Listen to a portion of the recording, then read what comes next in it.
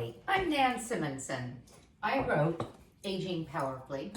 It's a book about aging well and the ways that we can do that using lifestyle modifications, but it's also a story about my past. I went through most of my adult life with an eating disorder and was only able to conquer it when I began to eat so nourishingly that it balanced my system. There was one other factor, and that was a book that I read, Brain Over Binge. Read my book, you'll know more about that. But I am so committed to my decision to age powerfully, just turned 70, and I intend to go into my 80s and 90s and maybe even beyond. And the way that I did it and the way I'm doing it is with a whole food, plant-based eating style.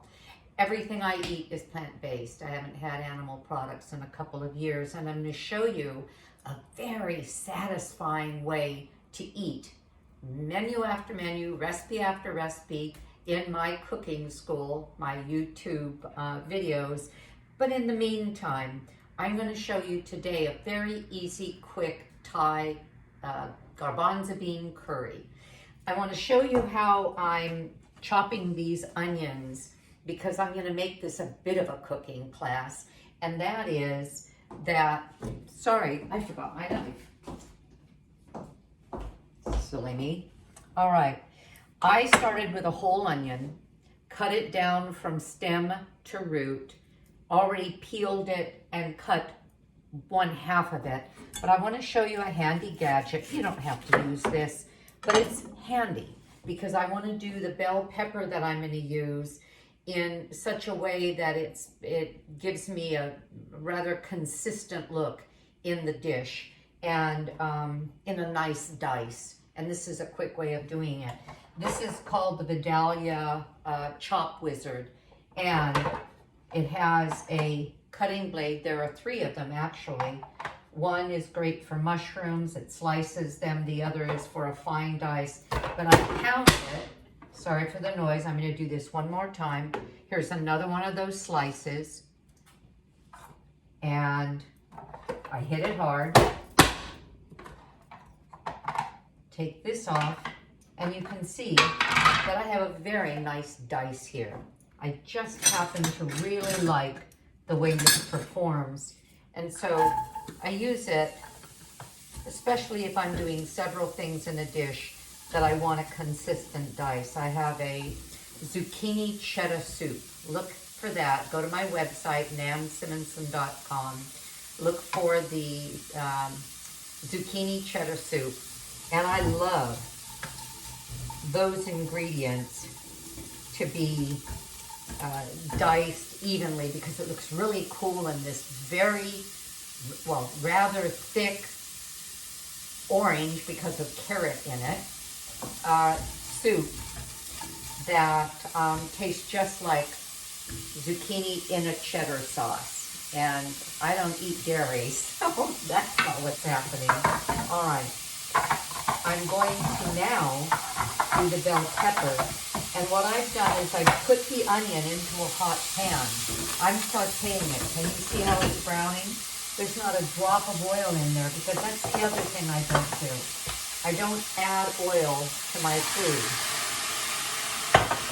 Doesn't mean I don't have fat. I have plenty of that from, well, for example, the cashews I'm going to put over this dish, and from tahini that I put in my hummus, and from nut butters that I love. There's another garbanzo bean stew. It's called African peanut stew. You'll see that in my website. And you can click to the cooking show. It takes you right to YouTube where you can watch it as a video. And that has peanut butter and peanuts sprinkled over it. So it's not a matter of being fat phobic. It's a matter of my wanting to eat foods as close to nature as possible, and our added oils, which don't do anything for us nutritionally, simply add a lot of empty calories. I'd rather eat those calories rather than drink them. So this is browning beautifully. And I'm going to add the bell pepper. I keep a bag in the freezer where I keep all these bits and pieces of vegetables. The stems, long stems from my cilantro when I want a nice chop to use it to sprinkle over a dish. The bottoms of asparagus, the stem ends of green beans, those hard little wiry things that you don't want to chew on. And all of my spare scraps, and I have a video on that too, homemade broth, take a look at it, go into that. And then when the bag is full, I have a full bag in the freezer right now actually. I could show you, but I think I'm just going to stay on task. You'll see in some of my videos I'm running all over the place, but I'll stay on task today. This is going to be our dinner tonight. Tim will be home, in about, 30, 40 minutes. And this dish literally takes maybe 15 to throw together. Although I kind of like to keep it low and let those flavors marry a bit. So that's probably what I'm going to do. And when I finish with this, you'll see why I like it. It's about $20 on Amazon or Bed Bath & Beyond. It might be a little more if you get the one that has the fine, what does it have? Maybe that's the one with the mushroom slicer. And I liked that, so I got that one. It may have been a few dollars more. Okay, so I'm done with this. And this one also has, this has a, this holds the vegetables still so that they don't slide around. And this little grid catcher pulls the food out of that, even though it's easy enough to get out because it has a comb that comes with it. I have no affiliation to this. I just happen to like it and use it a lot. But see what I like about this is that I have these nice even bits that you'll see when the finished product is done. It just looks nice. And I'm not a great slicer. That's not so. I just don't have the skills and the speed that a lot of commercial chefs have to get a beautiful dice like that on my own. My son Eric does. I watch him do an onion, and he does it in this, very quick with his Japanese knife. He's quite a chef, and I just don't have those skills. Okay, so I'm softening the vegetables. So far, this is simply the white onion, and I could have used a red onion in here. Red onion has more nourishment than the white onion, but I wanted to keep the color soft. The red onion will darken it just a bit. And I'm softening the vegetables, and then I'm going to add the flavoring. And give it just a minute more. And then I'm going to add 3 tablespoons of garlic. So I peel my garlic and chop it all at once. I have a nifty device for that too. You'll see that in some of my videos. It's a Tupperware mini chopper that works really well.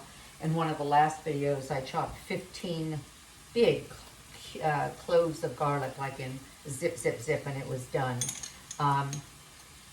And I also you'll find these measuring spoons on Amazon. I saw a chef in a cooking show use this, and I thought, does that ever make sense? Because I couldn't get one of these measuring spoons into this, and how would I pour the garlic out without getting it all over? So 1 tablespoon is 3 cloves of garlic, and that's what I'm aiming for. And did you see I cheated because I like garlic? I added a little bit more. And so I keep these cloves chopped up so I can make a meal rather quickly.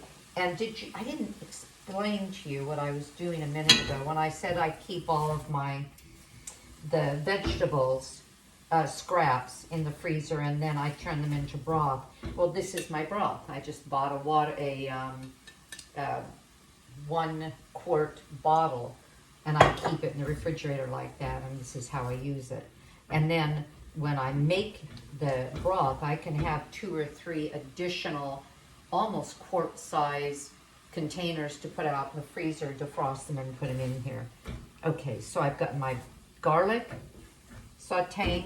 I'm going to add to that another ingredient that you will find in the Asian sections of most markets. It's at Ralph's, it's at Vaughn's, not at Trader Joe's. I love Trader Joe's, but they don't have it there.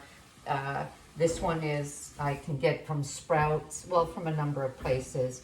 My local Clark's Nutritional Center, which is a market that has a lot of good brands.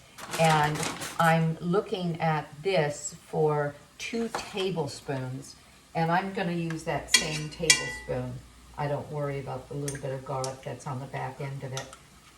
And this is called green curry paste. This is where we're getting most of the flavor in this dish. All right.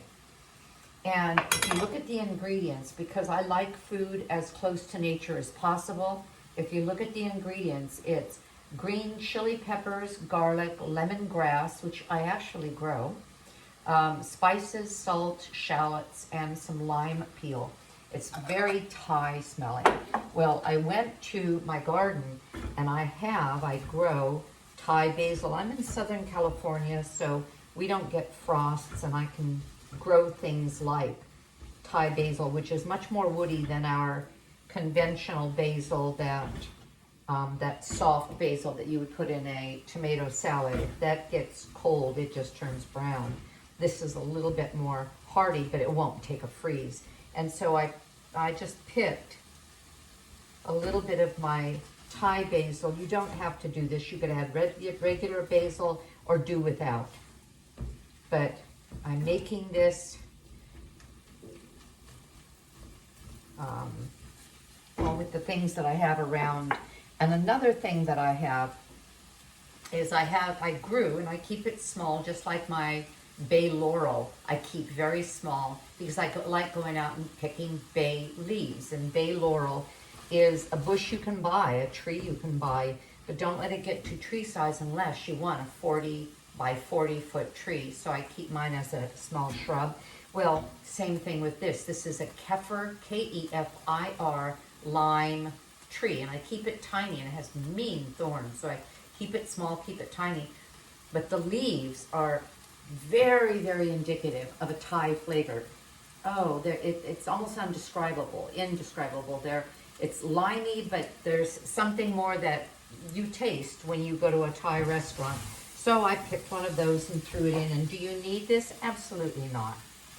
All right. And then I'm going to add a little bit, maybe a quarter of a teaspoon of chili pepper, just crushed pepper. And do you have to have that? No. You may not like something to have that kind of heat to it. All right. Then I'm going to put in, and I wanted to show you some fun measuring cups. My son recommended these to me. They are silicone, and they have a waffle outside design so that I could put boiling water in here, and I do. When I make, and you'll see this on my website and on my channel, when I make my Instant Pot oat groats, I love oat groats, have them in the morning instead of rolled oats. I even have half oat groats and half brown rice that I'm going to be serving with this, just because I happen to have a little of both left, and so I mix them in. So I don't need something that's heat proof for this, but this is a 4-cup measure, and I needed 3 cups of garbanzo beans. Let me tell you about that.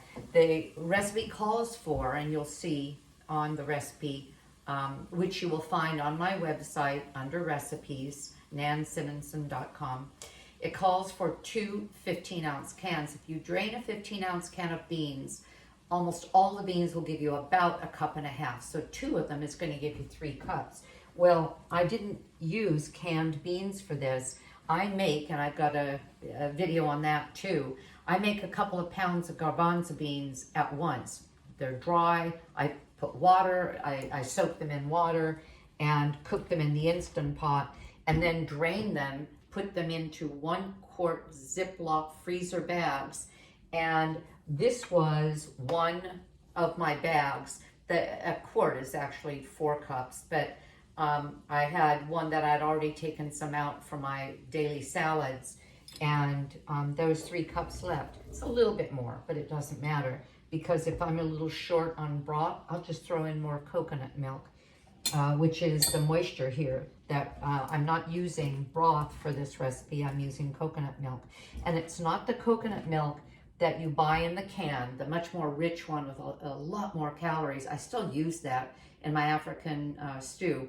I use that canned coconut milk, but the light option as opposed to full fat. But this is just the coconut milk that you get in a carton along with your soy milk and almond milk. Let me make sure I'm thinking of everything. Yes, I am. And this one is by So Delicious. It's, anyway, only, I don't count calories because if you eat whole food, plant-based, lots of starches, lots of grains, lots of vegetables, stay full all the time. But if you eat that way, unless you're eating too much fat, unless I just go nuts on a nut butter, or we always snack on some raw nuts at the end of the day to get our omega-3s, especially walnuts. Unless you overdo it with that, you kind of have to work to keep the weight on, which is kind of fun. So this calls for 2 cups of coconut milk, but the reason I mentioned it's 45 calories a cup, I'm using 2 cups. I may use a little more. That's nothing for the amount of servings that you have here. I'm going to say this will serve 4. It could serve more. It could serve less. You know what? This is almost empty. Did you see what I just did? I took a wine cork out of it. This fell out of my refrigerator and the cap snapped off. I would have had this all over the floor, except that there was a, you can almost see it in there, a little foil membrane over it. And so thank goodness none of it spilled. Well, I just happened to put a wine cork in there, wine bottle cork, and it worked just fine. So that's it for the coconut milk. And look at this. So what's going to happen is, even though I could heat this quickly and serve it right away, I'm going to let this come to a boil, let it cook for 10 minutes. And you know what I did last time, and I really liked it? I mashed, I wonder if I could do that. Now it's too hot. Well, I could do it later. I mashed against the side some of the garbanzo beans to give it a certain sort of a thicker consistency. Rather than all the beans being separate, it gave the broth a bit of a more of a stew kind of an outcome, and I liked that a lot. So I just mashed some of them, and releasing that starch will allow that to happen. Okay, so I'm going to cook it about 10 minutes. Then I'm going to add 2 cups. You know what? I'm not going to do that. I'm just going to finish it. And I'll just let it cook a little bit longer off camera. And the reason I said that is, rather than starting the video again and all of that, I'm just going to show you what this looks like when it's ready to plate. Because when you're about to serve this, you bring it to a boil, stir in the spinach, and a 1/4 cup of cilantro. If you don't like cilantro, don't use it. You know, some of us are genetically sensitive, taste-wise, to cilantro. It tastes like soap to some people. It doesn't me. I adore it. Yeah, okay. Look at how beautiful this is. In just minutes, the spinach is going to just wilt. As a matter of fact, what I just did, that was 2 cups of spinach. Almost always, for example, we had the black bean mushroom chili that's on my site, and you can see the video of it. I served that last night to us and for dinner, and I added the same amount of spinach into our mushroom chili, and you'd think that's really strange. A chili with spinach? Well, the spinach just breaks down, and we've added that much more nourishment. Spinach is loaded with calcium. You want to use a little lemon to help break that calcium down and make it more bioavailable. But almost always when I do any kind of beans, I'll squeeze a little lemon in the end or lime. And in this dish, at the very end, I'll sprinkle over some cashews and a squeeze of lime. Okay, just to show you what this looks like and how I would serve it, because it's not quite ready yet. Give it a little time, let it cook a little bit, hold off putting the spinach in, but this is how pretty this looks. The spinach will break down, but you're going to get these colors. The fragrance is lovely because you have the Thai curry paste. You could use more of the curry paste. If you like, you could add a powdered curry, a little bit of powdered curry. You could add some turmeric to it.